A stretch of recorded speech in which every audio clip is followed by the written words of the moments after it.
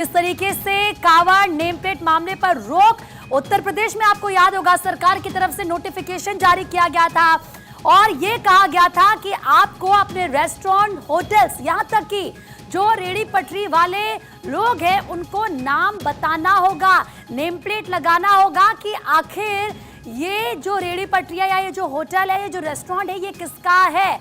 इस पूरे मामले पर विवाद गरमाया।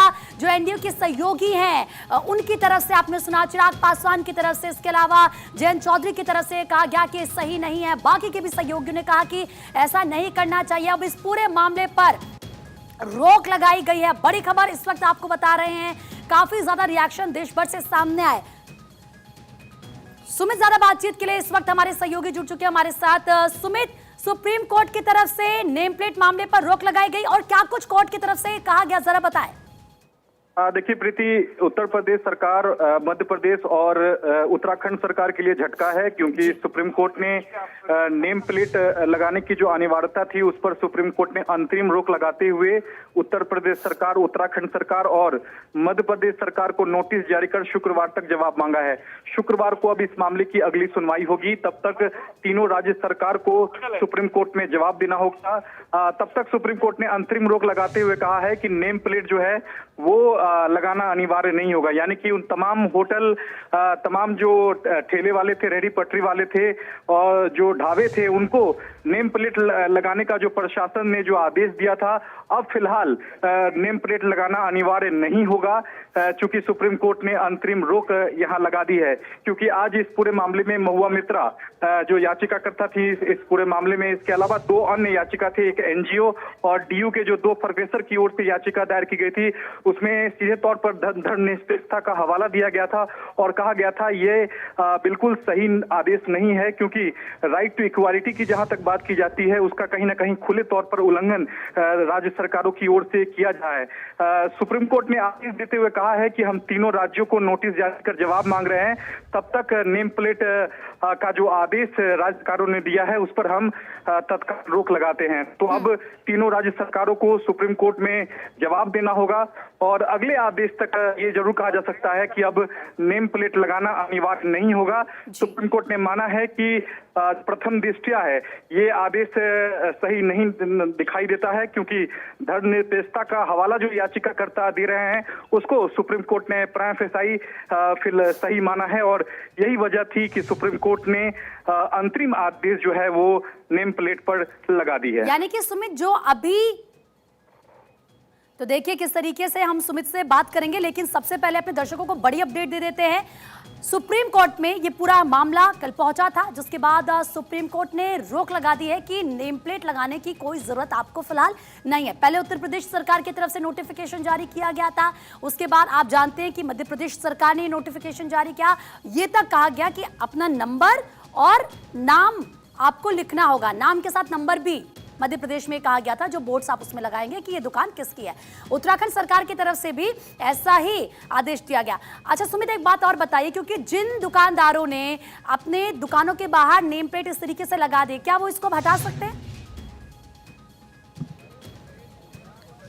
बिल्कुल हटा सकते हैं, क्योंकि जो आदेश था, जो राज्य सरकार का जो सर्कुलर था, उस पर सुप्रीम कोर्ट ने अंतरिम रोक लगा दी है।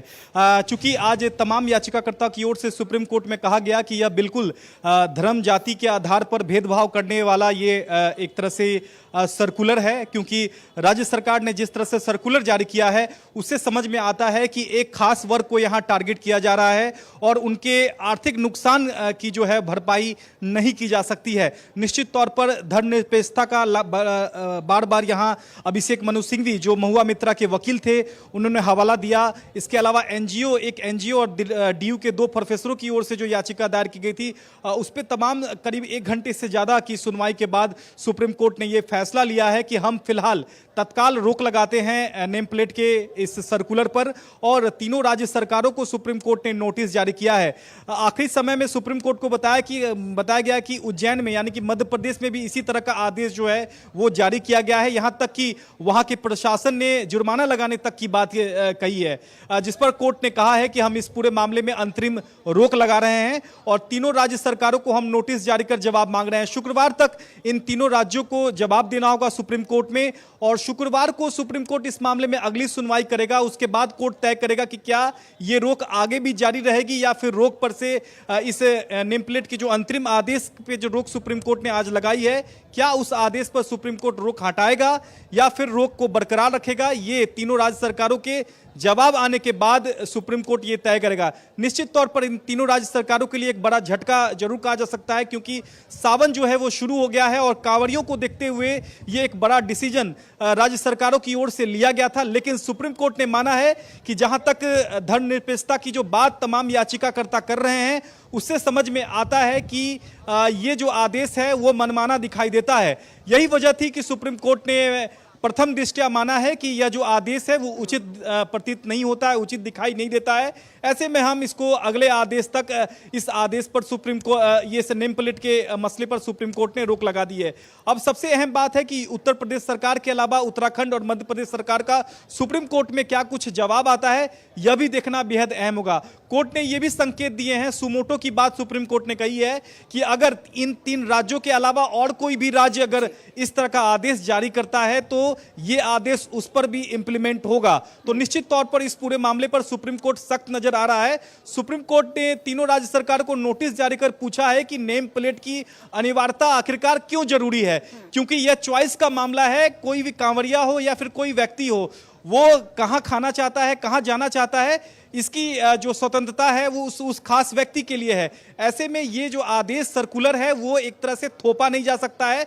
स्वेच्छा के तौर पर इसे मंजूरी दी जा सकती है, लेकिन इसे जबरन प्रशासन के जरिए इसे लागू कराना सही नहीं होगा। क्योंकि आज अभिषेक मनु सिंघवी ने यह भी कहा कि एक सोची समझी जो मुजफ्फरनगर की घटना का जिक्र यहाँ सीधे तौर पर किया गया और ये कहा गया कि पहले प्रशासन ने कहा कि ये एक तरह से स्वेच्छा के तौर पर लागू किया जाएगा, लेकिन बाद में प्रशासन ने जबरन इसे लागू कराया। इससे साफ समझ में आता है कि सरकार पहले तो नोटिफिकेशन या फिर सर्कुलर में इस बात को कहती है कि ये स्वेच्छा रहेगा, लेकिन प्रशासन की ओर से इसे जबरन लागू कराना ये अपने आप में ठीक नहीं है। ऐसे में कोर्ट ने यही वजह रही है प्रीति की इस तीनों राज्यों के सर्कुलर पर सुप्रीम कोर्ट ने अगले आदेश तक रोक लगा दी है, अंतरिम रोक लगा दी है। अब तीनों राज्य सरकारों का सुप्रीम कोर्ट में क्या कुछ जवाब आता है, यह देखना बेहद अहम रहेगा। प्रीति, बिल्कुल सुमिता, 26 तारीख को ही देखना होगा कि क्या जवाब इन तीनों ही राज्य सरकारों की तरफ से कोर्ट में दिया जाता है। और सुमित, क्योंकि हमने इस पूरे मामले पर देखा